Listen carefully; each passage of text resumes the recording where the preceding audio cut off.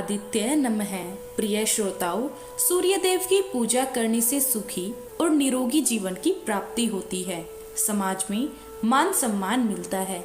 ऐसे में सूर्यदेव की कृपा पाने के लिए आइए हम सभी श्रद्धा के साथ सुनते हैं सूरज भगवान की कथा। सूरज भगवान रोज उठते और जग में प्रकाश देने चले जाते। एक दिन सूरज भगवान को लगा राणा देव सूखती चली जा रही है, तो राणा देव से पूछा कि तुम्हारे मन में क्या है। राणा देव बोली, मेरे मन में खीर खांड के भोजन की इच्छा है। सूरज भगवान ने कहा, मांगा भी तो क्या मांगा, यह तो हम रोज ही खाते हैं। राणा देव बोली, भगवान आप खीर खांड के भोजन जीमते हैं, मैं तो खट्टी राब जमती हूँ। भगवान बोले, राणा देव तुम झूठ बोलती हो, एक जैसा भोजन मेरी माँ हमको देती है। तब राणा देव बोली, सुबह आप मेरी थाली लेना, मुझे अपनी थाली देना। दूसरे दिन जीमते समय भगवान ने पानी के गिलास को टक्कर देकर गिरा दिया। तब माताजी बोली, तुम मत उठो, मैं दूसरा गिलास भर देती हूँ। माताजी गई, इतने में ही भगवान ने थालियां आपस में बदल ली। राणा देव ने तो जल्दी ही खीर खांड का भोजन कर लिया, पर सूरज भगवान तो खट्टी रहा भाई नहीं, और वह थाली लेकर बैठे रहे। माताजी ने देखा तो बोली, आज इतनी देर क्यों लगा दी। भगवान बोले, माताजी आज तो खीर खांड खट्टी लग रही है। माताजी ने देखा तो पूछा, राणा देव की थाली आपने क्यों ली। भगवान बोले, माँ हमारे घर में तो केवल 3 ही प्राणी हैं, उसमें भी इतनी भेदभाव। मैं नियम पालन करने वाला और मेरे ही घर में ऐसा भेदभाव होता है, तो फिर दुनिया में क्या होता होगा। घर में सबका एक जैसा खाना बनाओ। वहाँ से सूरज भगवान कुम्हार के घर गए और बोले, 2 पेट की हांडी किस कुम्हार ने बनाई है।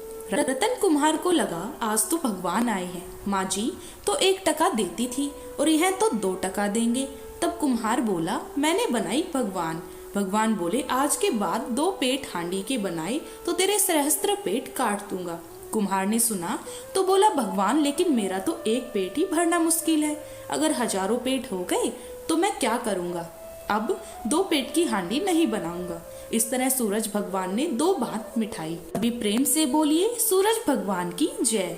अब सुनिए दूसरी कहानी। एक बार एक ब्राह्मण देवता थे, वह सूरज भगवान की पूजा किया करते थे और सूरज भगवान के भक्त थे। जल्दी स्नान करते, कहानी पढ़ते, सुनते, पर कमाते कुछ भी नहीं थे। ब्राह्मण देवता घर में रहते तो ब्रह्माणी बार बार उन्हें कमाने के लिए परेशान किया करती। बाहर कहीं जाते तो पड़ोसी भी उन्हें निकम्मा कहकर अपमानित करते।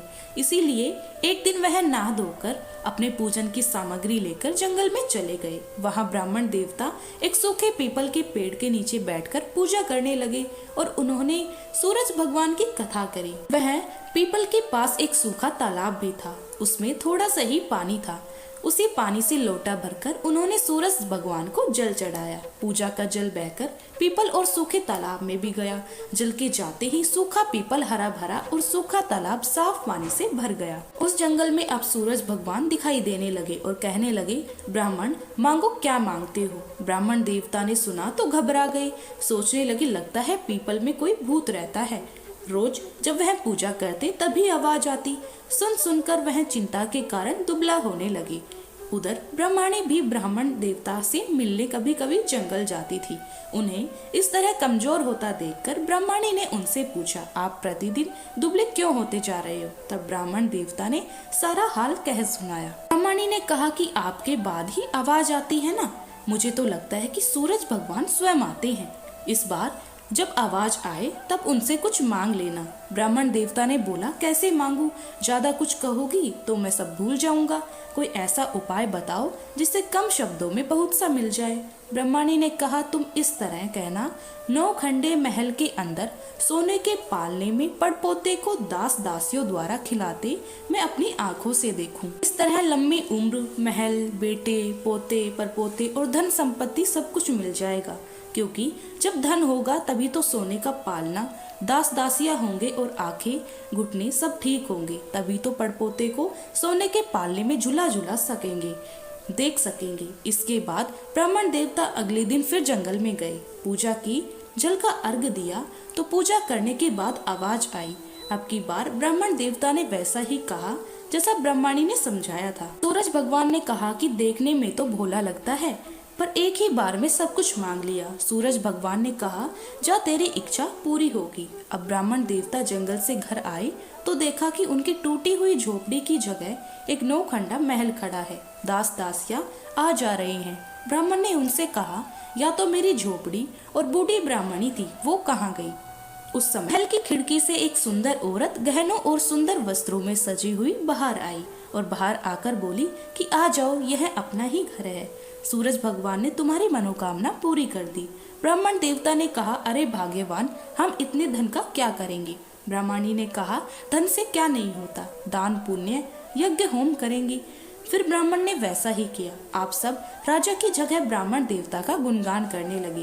राजा ने यह सब सुनकर ब्राह्मण को बुलाया और पूछा, कल तक तो आपको खाना भी नहीं मिलता था, आज अचानक यह धन कहाँ से आ गया? कहाँ जाकर चोरी की या कहाँ जाकर डाका डाला? ब्राह्मण देवता ने कहा कि यह सब तो सूर्य भगवान की कृपा है और सारा हाल कह सुनाया। तब राजा ने कहा, मेरे पुत्र नहीं है तो मुझे क्या करना चाहिए?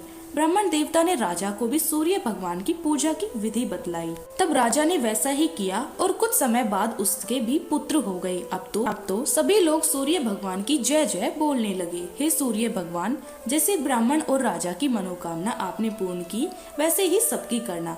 कहानी कहने वाले की, कहानी सुनने वाले की, हुंकार भरने वाले की, सबकी मनोकामनाएं पूर्ण करना। सभी प्रेम से बोलिए, सूर्य नारायण भगवान की जय। एक बार एक नगर में एक वृद्धा रहा करती थी। वह रविवार को नियम से घर आंगन को गोबर से लीपकर फिर भोजन तैयार करती और फिर सूर्य देव को भोग लगाने के बाद ही खुद भोजन किया करती। ऐसा व्रत करने से उनका घर धन धान्य से भरा रहता था। हरि की कृपा से घर में किसी प्रकार का कोई भी दुख नहीं था। घर में सब कुछ आनंद मंगल था। इसी तरह कुछ दिन बीत जाने पर वह पड़ोसी जिसकी गाय का गोबर वह वृद्धा लाया करती थी, वह विचार करने लगी कि यह बूढ़ी माई हमेशा मेरी गाय का ही गोबर ले जाती है। यह सोचकर एक दिन उसने अपनी गाय को घर के अंदर बांध लिया। फिर तो वह हर दिन ही अपनी गाय को घर के भीतर बांधना शुरू करने लगी। इधर गोबर न मिलने पर बूढ़ी माई रविवार के दिन अपने घर को लीप नहीं पाई। इसीलिए न उसने भोजन बनाया, न भगवान को भोग लगाया और न ही खुद भोजन किया। इस तरह उन्होंने निराहार व्रत किया। सुबह से शाम, शाम से रात और रात से सुबह हो गई। वह बूढ़ी माई भूखी ही सो गई। फिर रात में भगवान ने उन्हें स्वप्न में दर्शन दिए और भोजन ना बनाने और भोग ना लगाने का कारण पूछा। तब बूढ़ी माई ने सूर्य देव को बताया कि गोबर ना मिलने के कारण आज वह भोजन नहीं बना सकी। तब भगवान भास्कर ने कहा कि हे माता, तुझको ऐसी गाय देंगे जिससे सारी इच्छाएं पूर्ण हो जाएगी, क्योंकि तुम हमेशा रविवार को गोबर से लीपकर फिर भोजन बनाती हो, भोग लगाकर ही खुद भोजन करती हो। इसीलिए मैं आपसे प्रसन्न होकर आपको वरदान देता हूँ।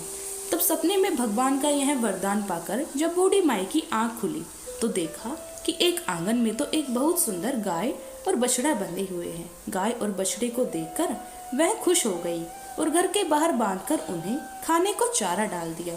इधर जब पड़ोसन ने बूढ़ी माई के घर के बाहर बहुत सुंदर गाय और बछड़ों को देखा, ईर्ष्या से प्रेरित होकर उसका हृदय जल उठा और जब उसने देखा कि गाय ने तो सोने का गोबर दिया है, तो वह गाय का सोने का गोबर उठाकर ले गई और अपनी गाय के साधारण गोबर को उसकी जगह रख दिया। वह रोजाना ऐसा ही करती रही और इधर सीधी सीधी बूढ़ी माई को कानों कान इसकी खबर तक नहीं होने दी। एक दिन सर्वव्यापी ईश्वर ने सोचा कि चालाक पड़ोसन की वजह से वृद्धा ठगी जा रही है। तब एक शाम उन्होंने अपनी माया से बड़े जोर की आंधी ला दी। आंधी के डर से वृद्धा ने अपनी गाय को घर के भीतर बांध दिया।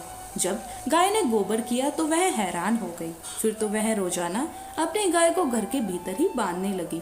उधर पड़ोसन ने देखा कि गौ घर के अंदर बनने लगी और वह सोने का गोबर उठाने में कामयाब नहीं हो पा रही है। कुछ उपाय ना देखकर एक दिन पड़ोसन ने राजा के महल में जाकर सारी बात बता दी। पड़ोसन ने राजा से कहा, महाराज, मेरे पड़ोस में एक वृद्धा के पास ऐसी गाय है जो आप जैसे राजाओं को ही योग्य है और वह गाय रोजाना सोने का गोबर करती है। सोने से प्रजा का पालन कीजिए। वृद्धा भला उस सोने का क्या करेगी? राजा ने यह सारी बात सुनकर अपने दूतों को वृद्धा के घर जाकर गाय लाने की आज्ञा दी। वृद्धा सुबह सुबह ईश्वर को भोग लगाकर भोजन ग्रहण करने ही जा रही थी तभी राजा के सेवक गाय को खोलकर ले गए। यह देखकर वह बहुत रोई चिल्लाई, लेकिन कर्मचारियों ने एक न सुनी। उस दिन फिर वृद्धा गाय के वियोग में भोजन न कर पाई और रात भर रो रो कर भगवान को गाय को पुनः पाने की प्रार्थना करती रही। वहीं दूसरी ओर राजा गाय को देखकर बहुत प्रसन्न हुआ और सुबह जैसे ही वह उठा तो सारा महल गोबर से भरा दिखाई दिया। राजा यह देखकर घबरा गया। भगवान ने रात में राजा को स्वप्न में कहा, हे राजा, गाय वृद्धा को लौटा दे, नहीं तो तुम्हारी भलाई नहीं है। रविवार के व्रत से प्रसन्न होकर मैंने उस वृद्धा को गाय दी थी। सुबह होते ही राजा ने वृद्धा को बुलाकर बहुत सारा धन देकर सम्मान सहित गाय और बछड़ा उसे वापस कर दिया। इसके साथ ही पड़ोसन को बुलाकर उचित दंड भी दिया। ऐसा करने से राजा के महल की गंदगी दूर हो गई और उस दिन राजा ने नगर वासियों को आदेश दिया कि अपनी समस्त कामनाओं की पूर्ति के लिए वे सभी रविवार का व्रत रखा करें। और जब प्रजा ने रविवार व्रत का पालन करके कथा का श्रवण किया तो उन सभी के घर में सुख, समृद्धि, धन के भंडार भर गए। ऐसी है रविवार व्रत की महिमा। बोलिए सूर्य नारायण भगवान की जय।